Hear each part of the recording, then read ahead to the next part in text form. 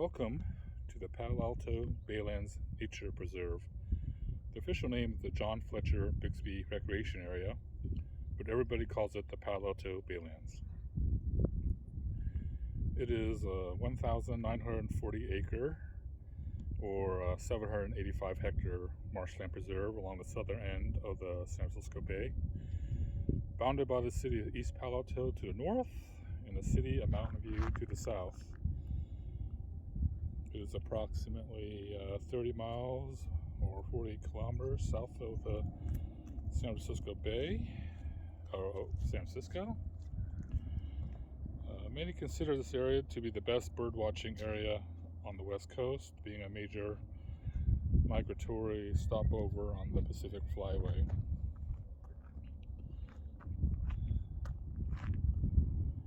It is home to the Ridgeway rail, a type of marsh bird, the salt marsh harvest mouse, and several breeding pairs of gray fox. Plants growing in the marsh include pickleweed and cord grass that are interspersed between the mudflats.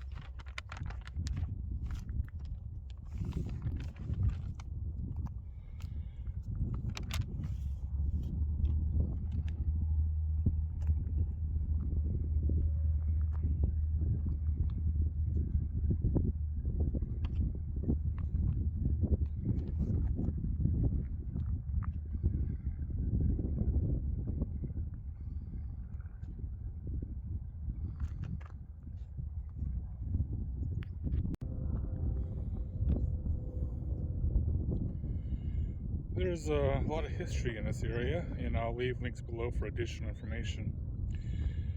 The marshlands in the bay suffered immensely from human encroachment starting the beginning of the 20th century. Initially, the land was used for refuse and sewage disposal. Later, levees were built, sewage treatment plant, sanitary waste landfill. It wasn't a pretty picture. This practice was not unique to Palo Alto, as most cities along the bay were doing the same.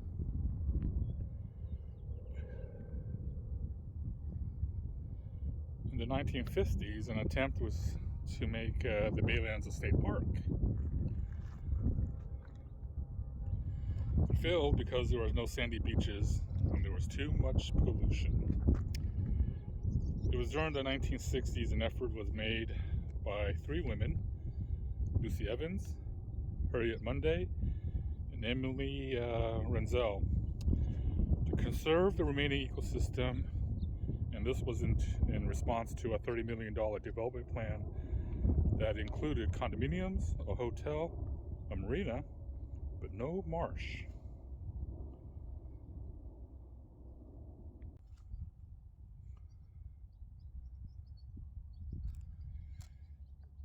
If we look back toward the west, toward the highway, Highway 101, this used to be all marshland.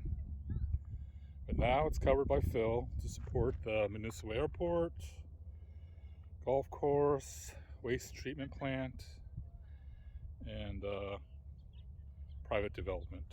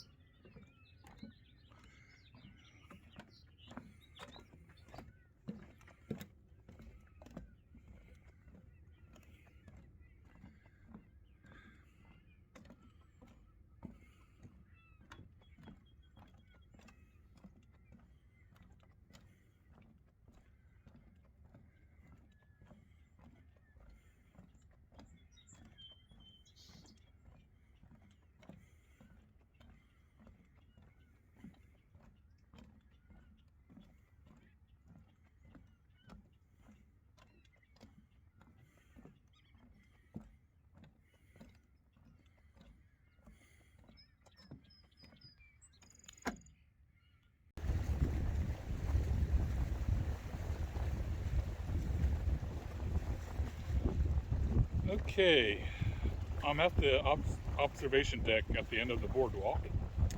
Let's see, let me point the camera north.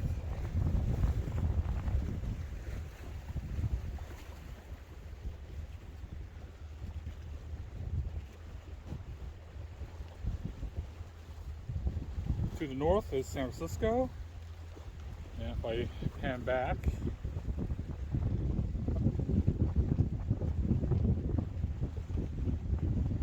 you will see the Dumbarton Bridge.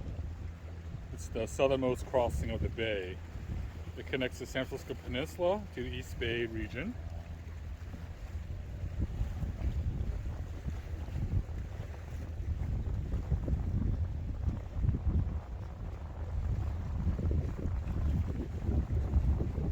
In the background now you see are the East Bay Hills. Continuing to move to the south.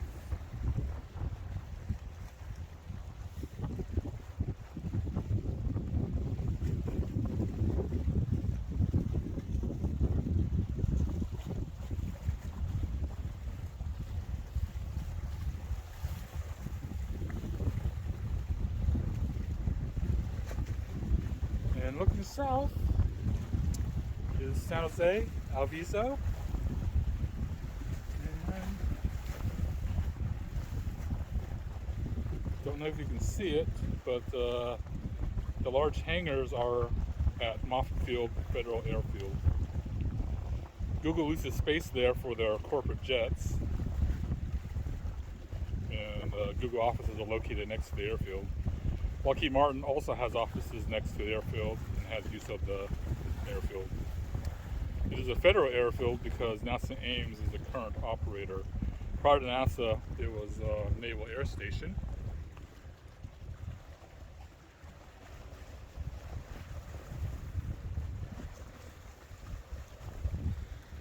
And I don't know if you can see, between the towers there are some large tents.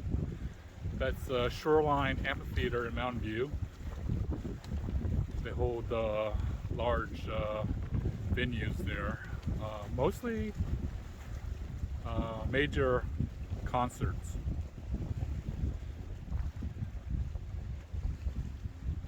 Going toward the west, you see the Santa Cruz Mountain Range. That gap you see is where Highway 17 goes west towards Santa Cruz and the Pacific Ocean. So the Pacific Ocean is right over this range.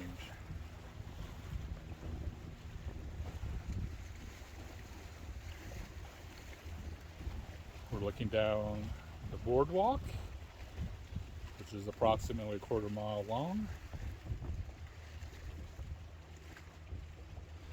Continue around, and see the Palo Alto Municipal Airport. The golf course is just beyond that. Oops.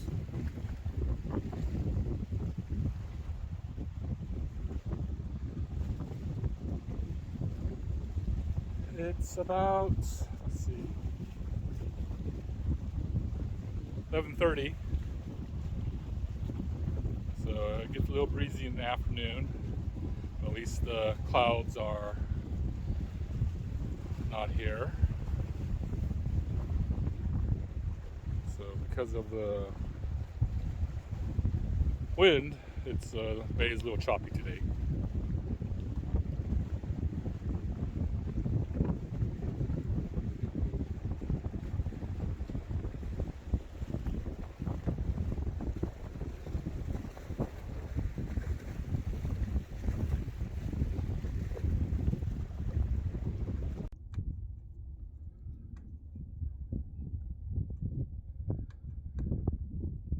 I'm at the boat launch area, and what I mean by boat is kayak or canoe. paddleboard, something they could carry down the dock. So you can, if you can't carry it, forget about it. You're not going to launch your 21-foot, 300 horsepower bass boat here. This was the entrance to the Palo Alto Yacht Harbor, a harbor where they had one time envisioned seaplanes would come down and load and unload passengers at the yacht harbor. According to the Palo Alto City webpage, the harbor was closed in 1986 due to siltation and the cost of dredging. And while that is true, it's a little more complicated than that because there was a battle between the yachters and the environmentalists. I'll leave a link below on the history of the harbor.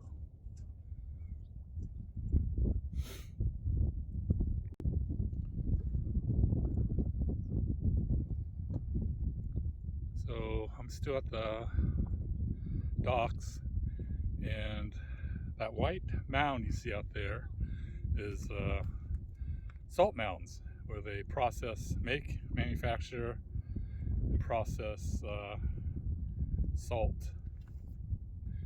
They do that by evaporation ponds. If I pan toward the south, I think you can get a better view of Moffett Field. Now, I was mistaken before. The big white tents you see, I believe those are the Google offices. So right there should be Moffett Field and the hangars. I believe that's the Google campus. And a little more west of it, those tents in the back are Shoreline Amphitheater. And we look down the harbor. Now we're panning west, Santa Cruz Mountain Range.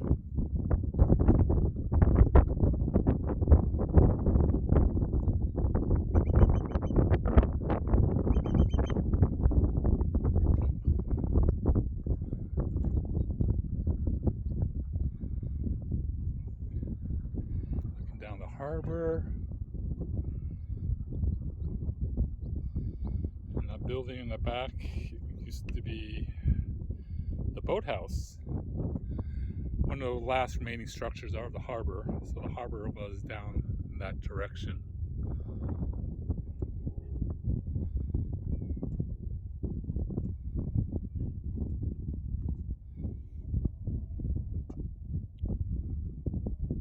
And now we're looking down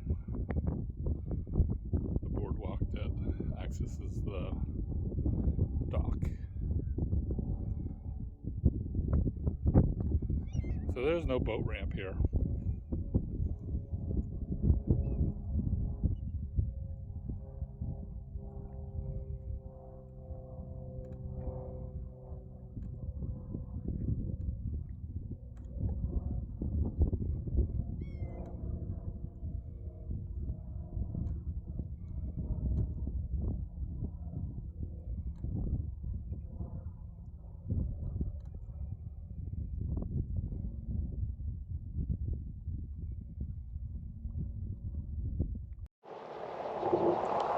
This building, as a child, I remember as being the Sea Scout building, similar to the Boy Scouts, but with emphasis on sailing and seamanship. Built in 1941, it was used as a boathouse, but now it's a center for ecological education. It's one of the few remaining buildings of the yacht harbor. The other remaining building I know of is the Harbor Master's residence, which is now a ranger station. So let's go walk.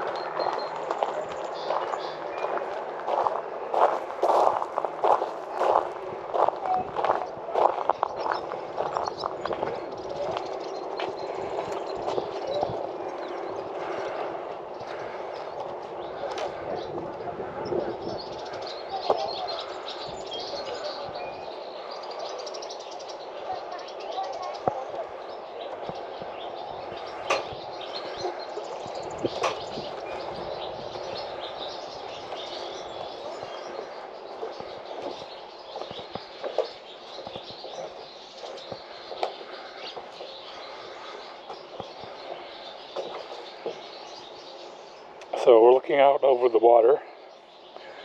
This area was the yacht harbor.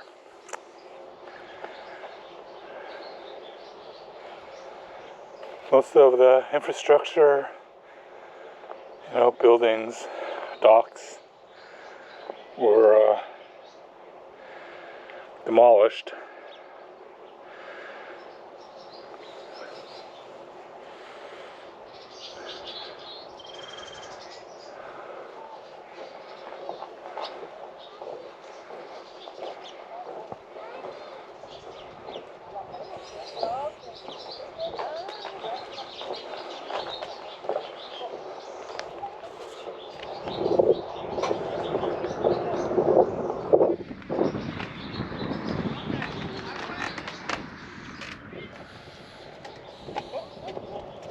Hi. Hello. Good afternoon.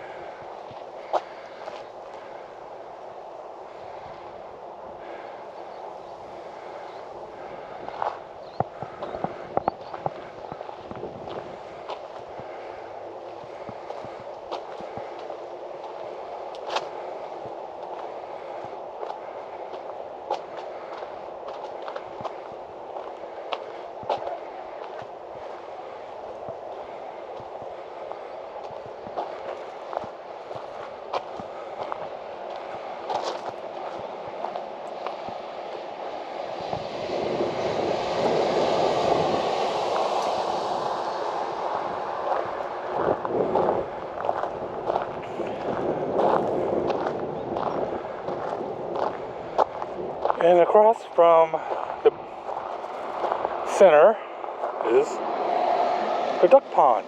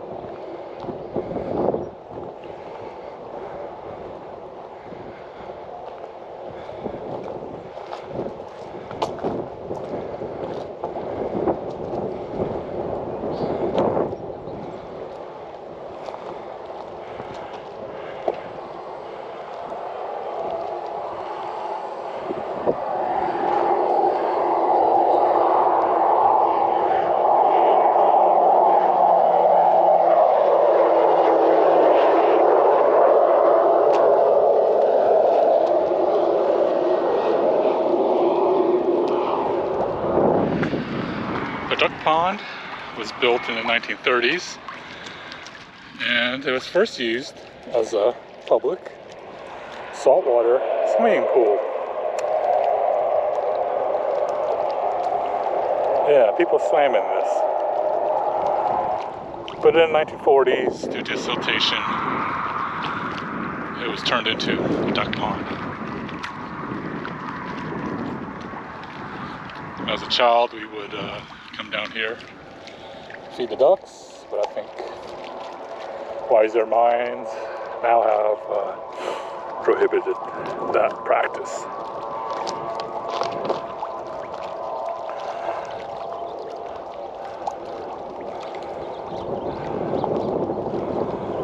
The building you see in the background there is it used to be the harbor master's residence, and today it is used as a ranger station.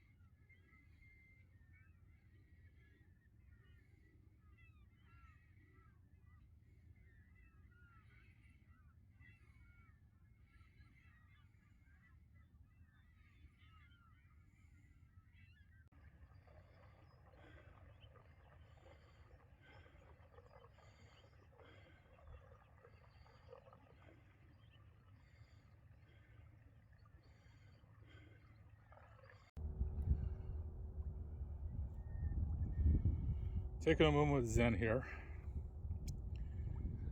When I first created this channel, I had two goals. One, learn how YouTube works, and two, help promote a friend's channel. She works tirelessly to bring awareness of the Ukrainian culture and on the current state of affairs in Ukraine.